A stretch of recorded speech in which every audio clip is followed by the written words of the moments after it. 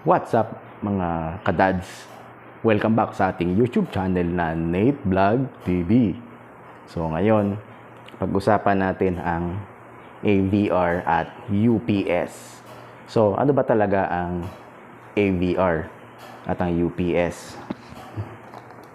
Basahin nyo na lang mga kadads. Okay, so pag sinabing AVR, ito po siya, Automatic Voltage Regulator. At yung UPS ay uninterruptible power supply. So, ano po yung pinagkaiba nila?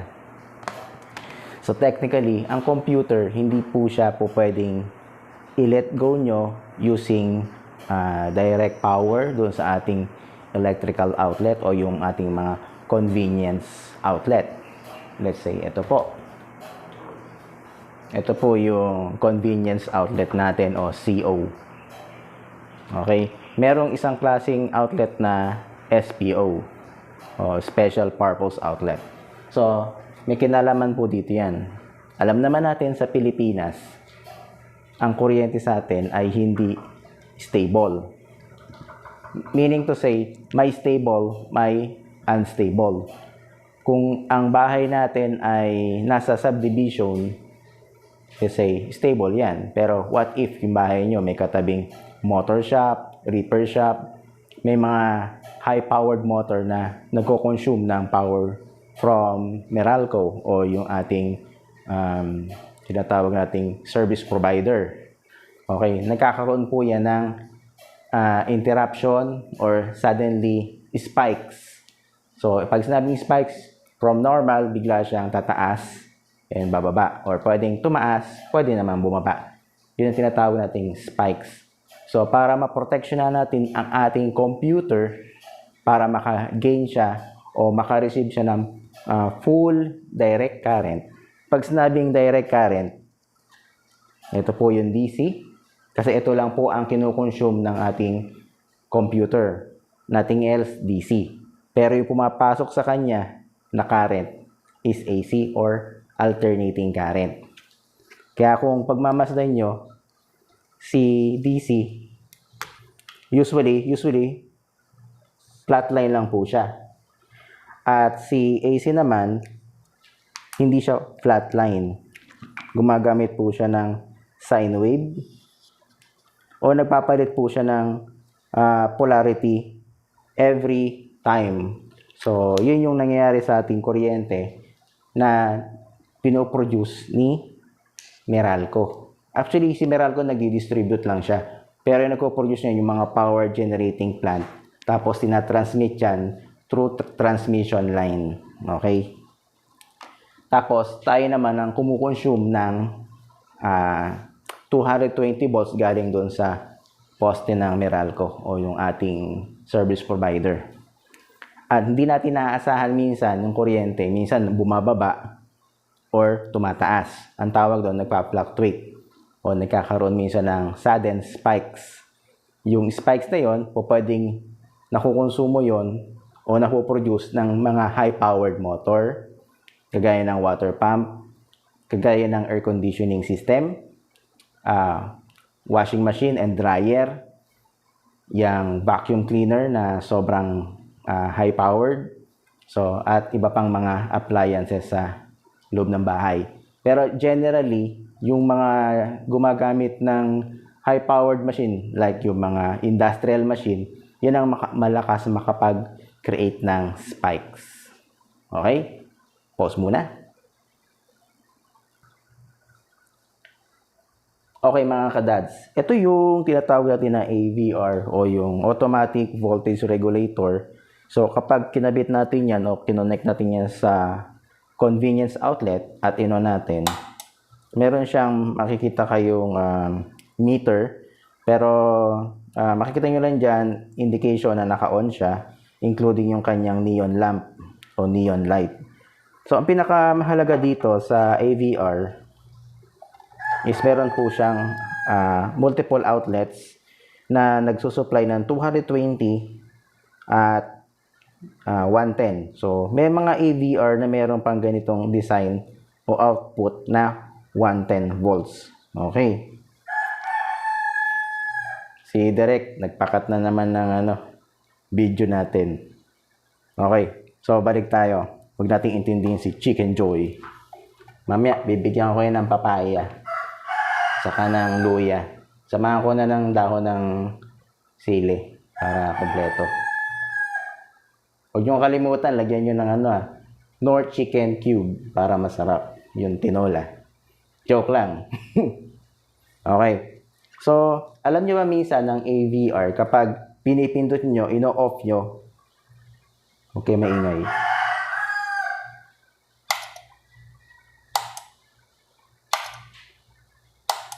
May naririnig kayong click. Yung click na yon is because ang AVR, pag binuksan natin yan, don't try this at home na nakabuhay. Live po yan. Live. So, meron po siyang tinatawag na relay. Ito po yon, yung dalawang yan, yung kulay blue. Yan po yung nag-sense ng clicking sound. Direct, bakit? May problema ba? Wala akong makeup. Sorry, hindi ako nakapag-makeup Sensya na. Yan po yung nagkiklik. Yan po. Disregard nyo na lang po si Chicken Joy Maingay po talaga yan. Yan po. Kaya po yung nagkiklik. Ang silbi ng relay is to provide fast-acting switch kung sakaling magkaroon ng faulty yung ating line cord o yung sinusupply na kuryente. So, kinakat niya yung kuryente para i-regulate niya yung kanyang pinapasok na kuryente at inilalabas. Yan po yung trabaho ni relay.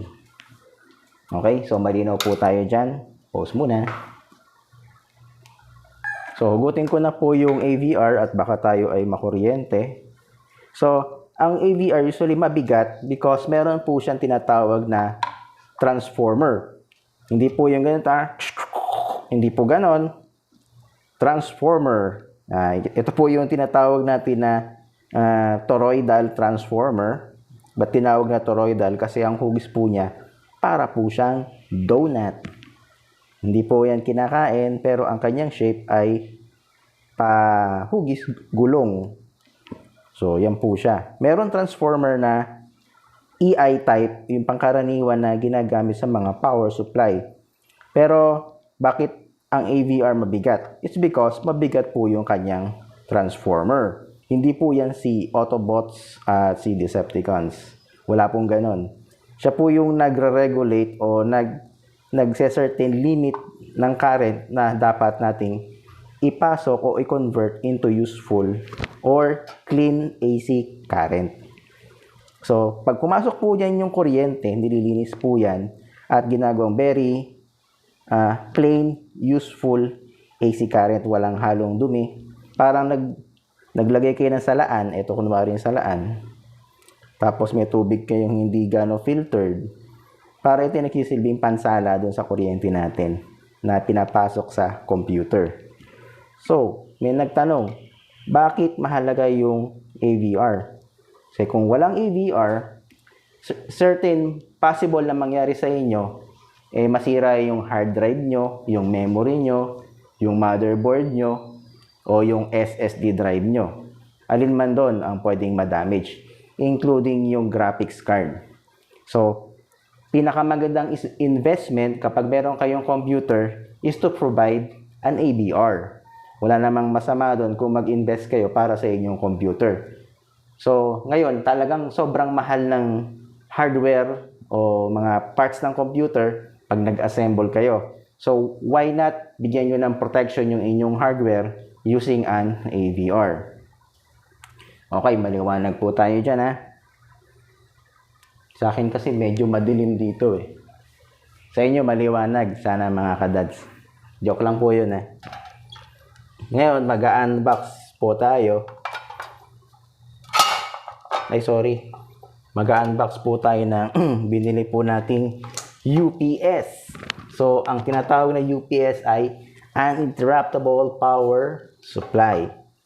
Ito naman po siya. So, nabili ko po to sa halagang 2,700. Itong APC UPS. So, Ito po yung brand na nire-recommend ko sa inyo, APC by Schindler Electric. Okay, buksan na natin yung ECUPS ng APC. APC, Bekenemen. Okay, unbox muna natin. Sa mga nagtatanong, okay rin yung ibang brand. Pero sa akin, mas gusto ko yung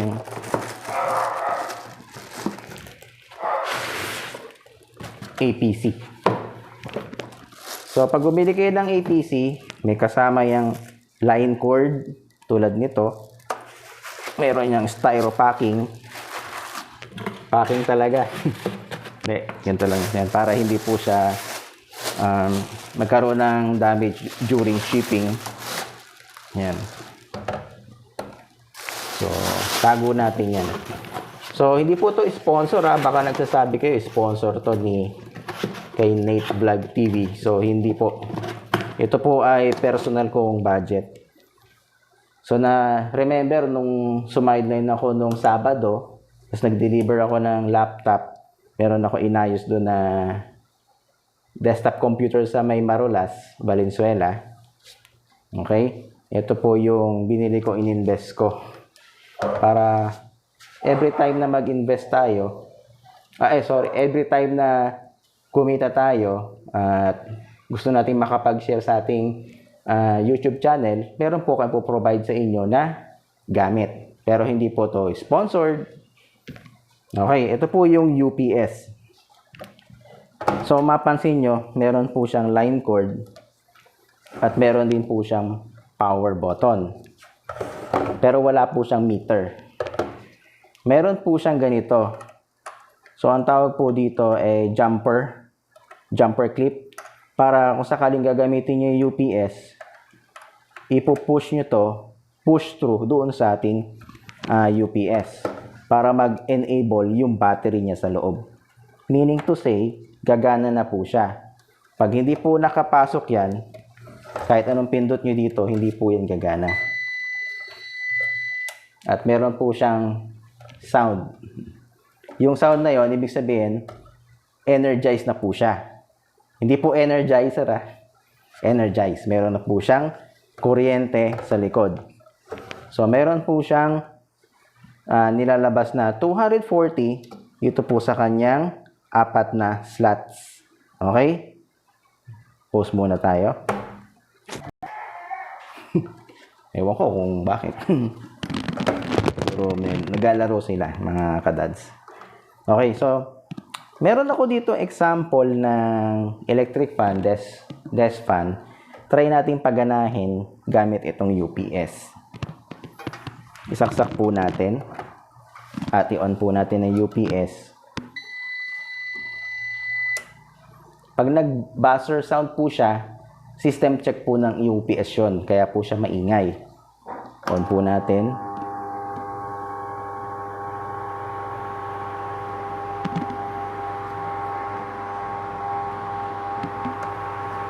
Malakas po ba? Patayin po natin. And ang gawin natin, hindi pa natin siya napaplug sa outlet. So meaning to say, wala pa siyang supply galing sa convenience outlet natin. Wala pa siyang kuryente. Ang kuryente niya nagagaling sa kanyang battery. Meron po siyang tinatawag na battery pack sa loob. Ang value po ng battery nun ay 12 volts, 7.6 Ah. Yun po yung kanyang value. Okay. Try po nating ikabit itong UPS outlet. Pag nagbabuzzer po siya, si Direk, kumentra na naman. Ibig sabihin po nun,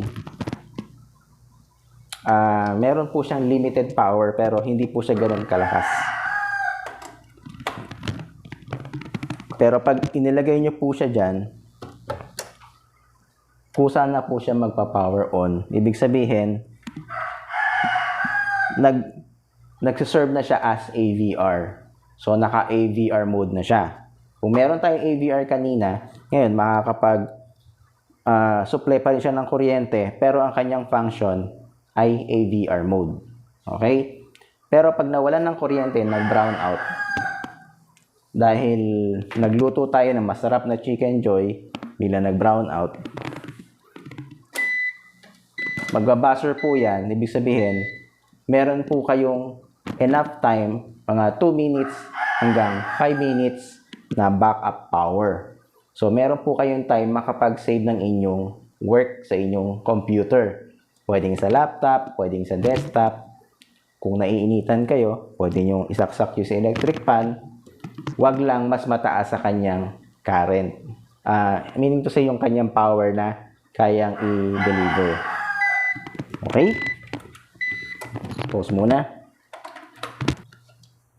Okay, sa mga nagtatanong, kadalasan, kadads, ba't ang daming saksakan doon sa likod ng UPS o ng AVR? Ano po ba tawag dyan?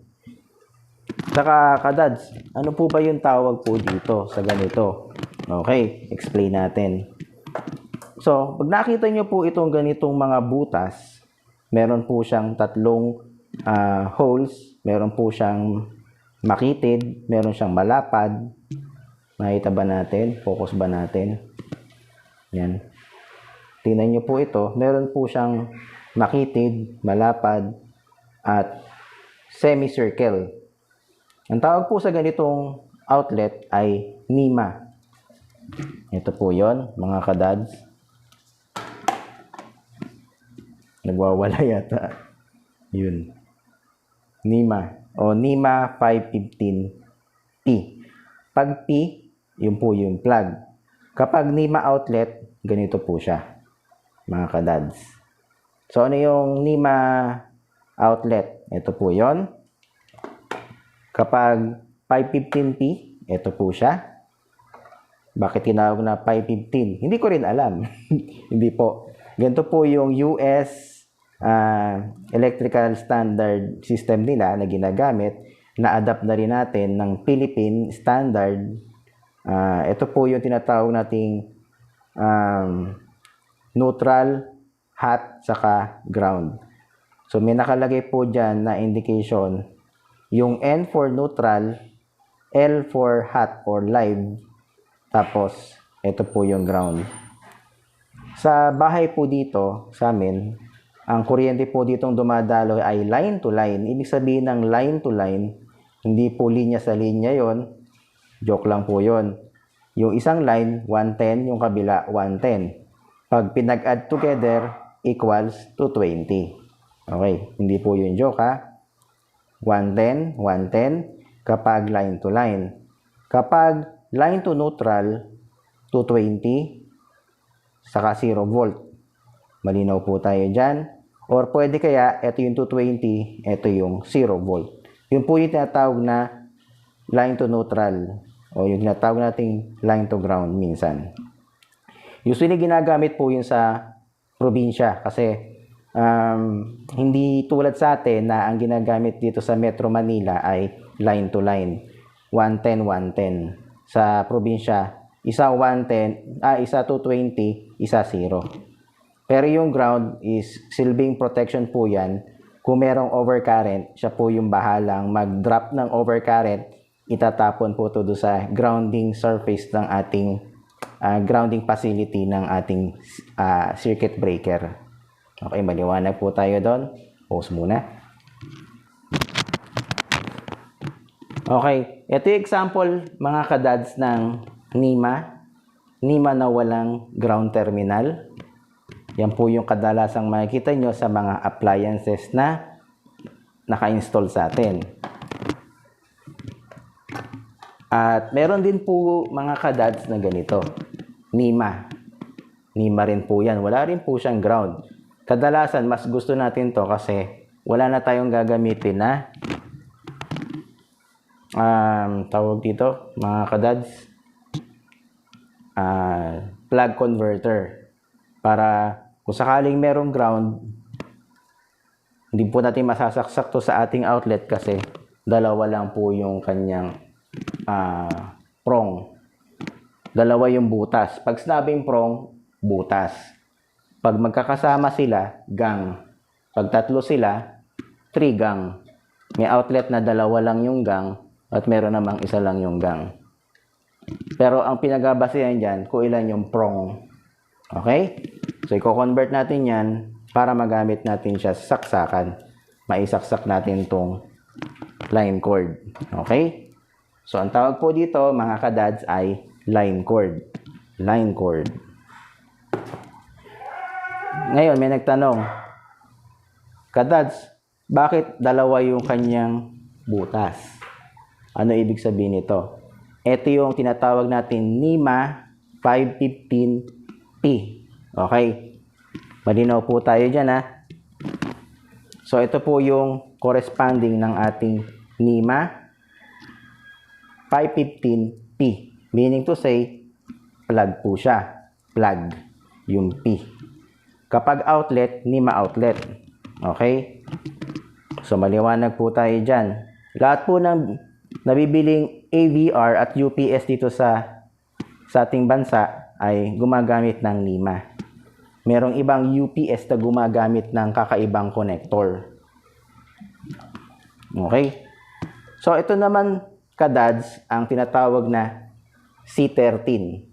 C13. Ang spelling ng C13, ito po siya. C13 o yung female. But female. So, alam nyo na, pag pinapasukan, female siya. Pag pumapasok, siya yung male. Okay? So, meron din po lang kasarian ang mga line cord. May female at may male. Sipin nyo na lang. Ito yung marker natin. Ito si female kasi butas. At yung kanyang tip, panulat, ito yung male. Siyempre, siya pumapasok sa butas. So, wala pong mali siya doon, ha. Yun lang po yung example. So, ito po yung female C13. Kapag tumutusok siya dito o pumapasok, ang tawag po sa kanya, hindi po si Chicken Joy, si C14. Okay? So, maliwanag po tayo dyan. C13, kapag ganito yung butas, kapag yung pumapasok dito, C14. Kaya kung nakakita kayo ng power supply ng computer, ang tawag sa butas na yon na pinapasukan nito ay C14. So, maliwanag po tayo doon. Meron ding ibang mga connector kagaya ng C19 at C20. Umipiyok na ako, ah. Nagbibinata. Okay. So, meron tayong C19 at saka si C20. Okay. Hindi po yan o-orderin sa Jollibee o sa McDo. Ito po yung type ng line cord na may ginagamitan siya ng high voltage. Tinatawag natin siyang high voltage o HV. Pag high voltage, ang designation ng line cord na gagamitin natin ay C19, C20 o corresponding 220 volts AC. So, malinaw po tayo dyan. Pero kapag C13 at C14, LV yan o 110 volts AC. So, yan po yung pinagbabasehan natin kung bakit dapat malaman nyo yung iba't ibang uri ng line cord ng computer. Kasi kung mag-migrate kayo into data center o sa mga server expertise naman tayo, pag-aaralan nyo to. Kahit kaduluduluhan o pinakamaliit na parte ng server, dapat alam nyo. Kasi yun yung magiging parte kapag kayo ay isang data center expert. Okay? O data center tawag doon specialist. Okay? So, maliwanag po tayo dyan. Pause muna.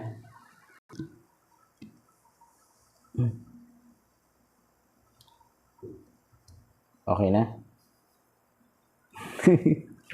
Okay. So, meron akong papansin sa inyo na kakaibang tunog kapag naka-UPS kayo at yung UPS naka-unplug sa outlet. So, kung sino yung makakapag-describe, check nyo lang kung masasagot nyo yung tanong ko.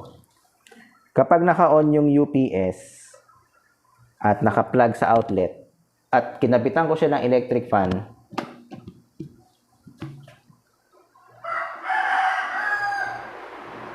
huwag niyong pansinin yung manok. Lapit natin dito sa Then, tatry ko ngayon hugutin yung UPS, kunwari nag-brown out.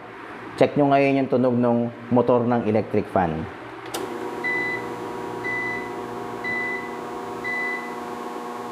Nahihinig pa si cameraman. Ano napansin nyo mga kadads? Ibalik natin yung power kay UPS.